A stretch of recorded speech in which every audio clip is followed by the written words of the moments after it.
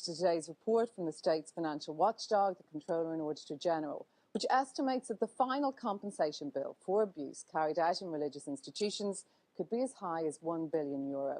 His report also raises serious questions about the financial deal struck between the state and the religious orders.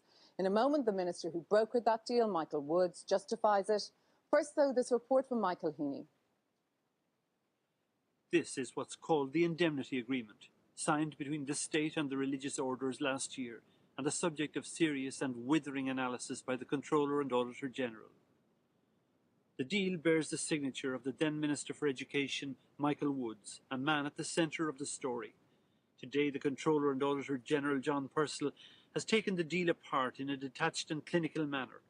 30 pages are devoted to its dissection. Well, I think if we look at the Controller and Auditor General's report, it would not be possible to say that this is a good deal for the state. Mary Raftery is one of those most responsible for making the abuse of children in religious-run industrial and reformatory schools a major issue today. She sees issues now for former Minister Michael Woods. I think there are questions to be asked to Michael Woods in terms of that, of his view now. Primetime has seen many of the internal documents on which today's C&AG report is based. They reveal a government and a Department of Education which never believed that it had a strong negotiating hand with the religious organisations. The documentary States of Fear on RTE had exposed the problem. The question then became who would pay the bill, who would carry the can for years of systematic abuse.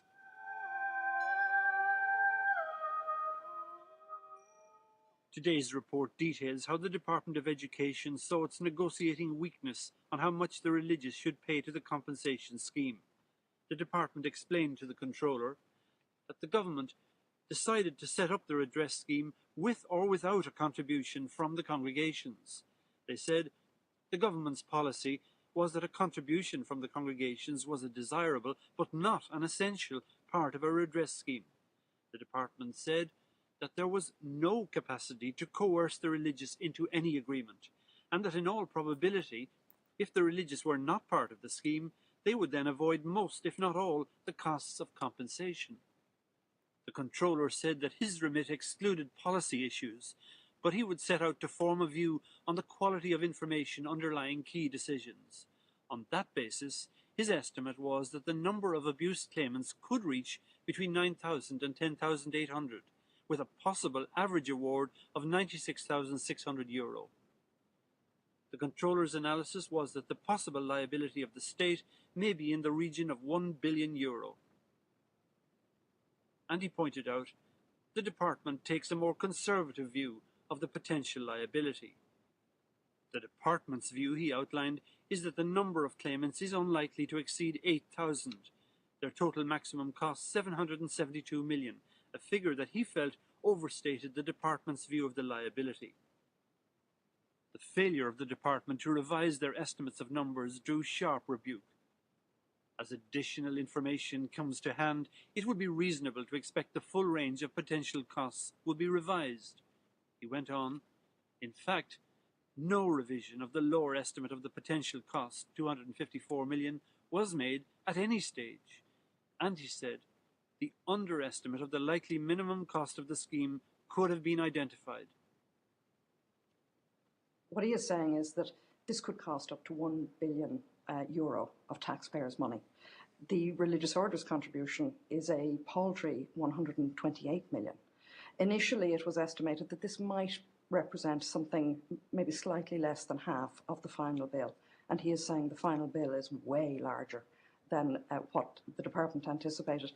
And what he's further saying, and this I think is the key point, is that had the department done its job properly and looked at the full range of information available to it, it also would have come up with a very different estimate as to the eventual liability, potential liability. It too would have decided that, in fact, we're looking at something much closer to 1 billion than we are to 200 or 300 million. The Controller's report also highlighted the contents of this document. It's a department memo detailing the personal intervention in the negotiations of Minister Michael Woods. The effect was to break a stalemate, but the minister took a questionable approach to his talk. Says, From October 2001 to April 2002, the Office of the Attorney-General was not represented at meetings with the congregations and had no contact with those negotiating on behalf of the state. Later, when he did see the proposed deal negotiated by Minister Woods, Purcell says that the Attorney-General pointed out that the contribution of $128 million might be regarded as insufficient. And the Attorney-General highlighted the lack of a mechanism for increasing the contributions if the numbers increased greatly. The deal, however, was already done. The horse had bolted.